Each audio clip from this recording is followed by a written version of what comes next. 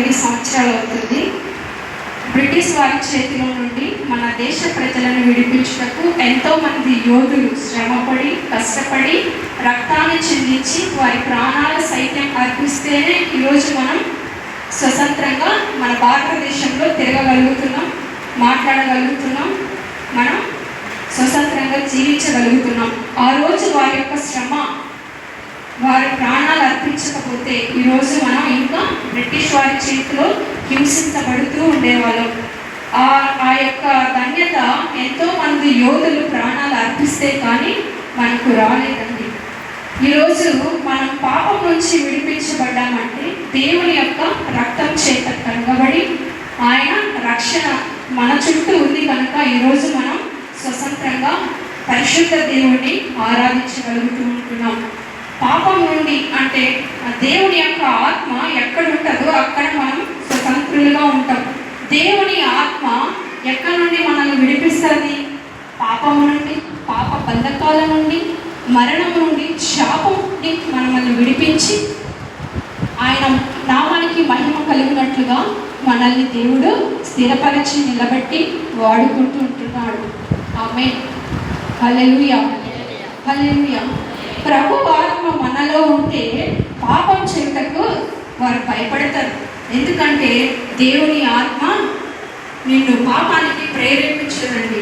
పరిశుద్ధంగా జీవించడానికి, పరిశుద్ధమైన జీవితాన్ని కలిగి ఉండటానికి దేవుని యొక్క ఆత్మ ప్రేరేపిస్తారు. దేవుని ఆత్మ మనలో ఉంటే అనేక మందిని మనము దేవుని వైపు తిప్పే బలమైన పాత్రలుగా మనము వాడబడతాం. హల్లెలూయా, హల్లెలూయా.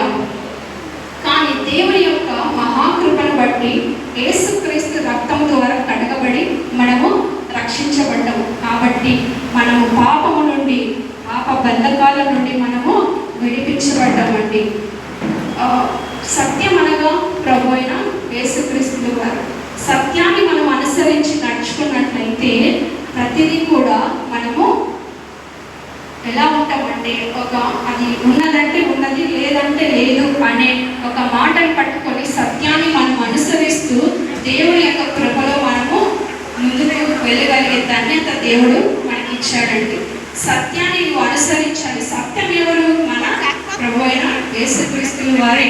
మనం పరిశుద్ధ గ్రంథంలో చూసుకుంటే పాపము చేసే స్త్రీని దేవుని దగ్గరికి తీసుకొస్తారు. ఈమెను రాళ్ళతో కొట్టి చంపేయాలి అని.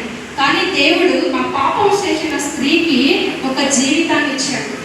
ఆమె పాపాలన్నీ క్షమించి ఆమె చేసినటువంటి ద్రోహం, అన్యాయం, ఇలా పాపం ఇదంతా కూడా క్షమించి ఆమెను మరణం నుండి తప్పించి నూతనమైన జీవితాన్ని దేవుడు ఆమెకి అనుగ్రహించాడు.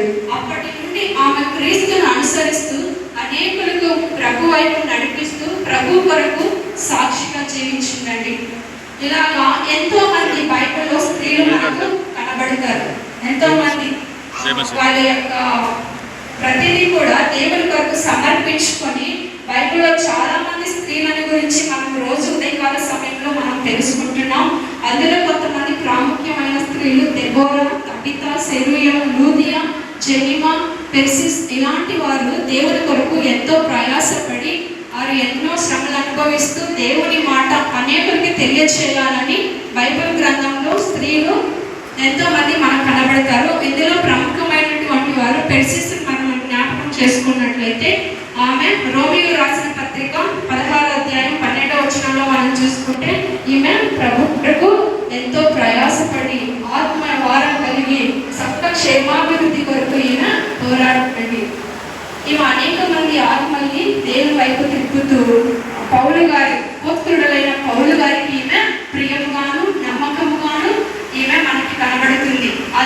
అంతటి పేరు పరిశుద్ధ గ్రంథంలో ఈమె సంపాదించుకుంది అంటే అంతటి కృప దేవుడు అనుగ్రహించాడంటే ఈమె సంఘం కొరకు ప్రయాసపడుతున్న ప్రయాస అని మనం చెప్పుకొనవచ్చు. ఈరోజు పెర్సిస్ వారి సంఘం కొరకు నీవు ప్రయాసపడి అనేక ఆత్మల భారం కలిగి ప్రార్థన చేసి దేవుని యందు ప్రార్థిస్తూ అనేకులని దేవుని వైపు తిప్పే పాత్రగా నిన్ను వాడుకోనాలి అంటే నీవు దేవుని కొరకు ప్రయాసపడాలి. అనేక ఆత్మల కొరకు నశించిపోతున్నటువంటి వారి కొరకు ఎంతో ప్రార్థన బలాన్ని నీవు పొందుకొని ప్రార్థన చేయాలి.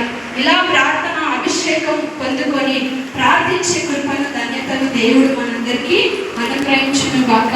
ఈమె సంఘంలో ఎంతో ప్రయాసపడుతూ ఎంతో ఆమె బైబిల్లో పేరు రాయబడింది అంటే ఈమె ప్రయాసను దేవుడు గుర్తించాడండి.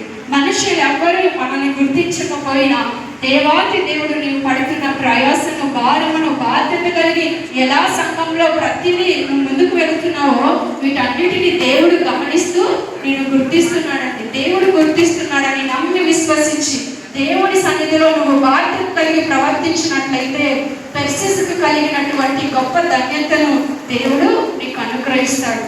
ఈమె పడుతున్న ప్రయాసాన్ని మొట్టమొదటిగా దేవుడు గుర్తించాడండి. దేవుడు గుర్తించినందువల్ల ఈమెను పరిశుద్ధ గ్రంథంలో లెక్కించబడ్డ గొప్ప అవకాశాన్ని దేవుడు ఈమెకి కల్పించాడు. ఇలా మనం ప్రయాసపడితే ఈలో పరిశుద్ధ గ్రంథంలో పేరు మనము లెక్కించుకునే కృప మనకు లేకపోయినా పరలోక రాజ్యంలో జీవ గ్రంథంలో మన పేరు ఉండుటకు మనము ప్రయాసపడాలి. ఈ భూమి మీద ప్రతిదీ కూడా జయించాలి. ప్రసంగి భక్తుడు చెప్తున్నాడండి, సూర్యుని కిందది ఉన్న మొత్తం అంతా కూడా వ్యర్థం, సమస్త వ్యర్థం అని ప్రసంగి భక్తుడు మనకు తెలియజేస్తున్నాడు. వ్యర్థమైన వాటి కొరకు మనం ప్రాకులాడకుండా పైన వాటి కొరకు, శాశ్వతమైన ఇంటి కొరకు మనము ప్రయాసపడాలి. దేవుని కొరకు మనము ప్రయాస కలిగి ఉండాలి. ఆ జీవ గ్రంథంలో పేరు పొందుకోవాలంటే చాలా యథార్థపరురాలుగా, భక్తిపరురాలుగా, దేవుని యందు భయభక్తులు కలిగి నీవు జీవించాలి. పాపాన్ని విడిచిపెట్టాలి. పాపానికి ఎలాంటి ప్రాధాన్యత మనలో లేకుండా మన హృదయం దేవుడికి ఎలా ఉండాలంటే దేవునికి ఇష్టకరంగా, దేవుని మహిమపరిచే విధంగా మన హృదయం ఉండాలి. దేవుడు మన హృదయాన్ని చూసినప్పుడు దేవునికి అది పరిశుద్ధంగా కనపడాలి. నీట్గా, క్లియర్గా, తెల్లగా ఈ యొక్క హృదయంలోకి నేను వెళ్ళాలని ఇష్టపడుతున్నాను అనే విధంగా మన హృదయం దేవునికి మనము తెలియపరచుకోవాలి. అలాంటి హృదయం మనం కలిగి జీవించినట్లయితే ఆ పరలోక రాజ్యంలో ఉన్నటువంటి జీవ గ్రంథంలో నీ పేరు లెక్కించబడుతుంది. వేటి కొరకు మన ప్రయాస కలిగి ఉండాలంటే ఆత్మలను సంపాదించే విషయంలో, ప్రార్థించే విషయంలో, దేవుని యందు భయభక్తులు కలిగి జీవించే వారిగా మనము దేవుడి సన్నిధిలో కనబడాలి. ఈరోజు ఒక మాట ఆలోచించినట్లయితే వేటికి మనం బానిసలుగా ఉంటున్నాం, వేటి నుంచి మనం విడిపించబడాలి. వేటి నుంచి మనం విడిపించబడితే దేవుని దృష్టిలో మనము ప్రియముగా కనబడతాము, దేవుని దృష్టిలో నమ్మకంగా ఉంటాము. చాలా మంది చాలా వాటికి బానిసలు అవుతూ ఉంటారు. చాలా మంది, కొంతమంది సెల్ ఫోన్స్కి, కొంతమందికి టీవీ సీరియల్స్కి, కొంతమంది కామెడీ సీన్స్కి, ఇలాంటి వాటికి చాలా మంది కూడా బానిసలు అయిపోయి దేవుడు అనుగ్రహించే మహిమను కోల్పోతూ ఉంటారు. చిన్న చిన్న వాటికి సులువుగా చిక్కులు పెట్టే పాపంలో మనము జీవిస్తూ ఉన్నప్పుడు పరిశుద్ధమైన దేవాతి దేవుణ్ణి వదులుకోవాలన్న దుస్థితి నీకు కలుగుతుంది. కాబట్టి ఈ లోకంలో బ్రతికే 80 లేదా 90 సంవత్సరాల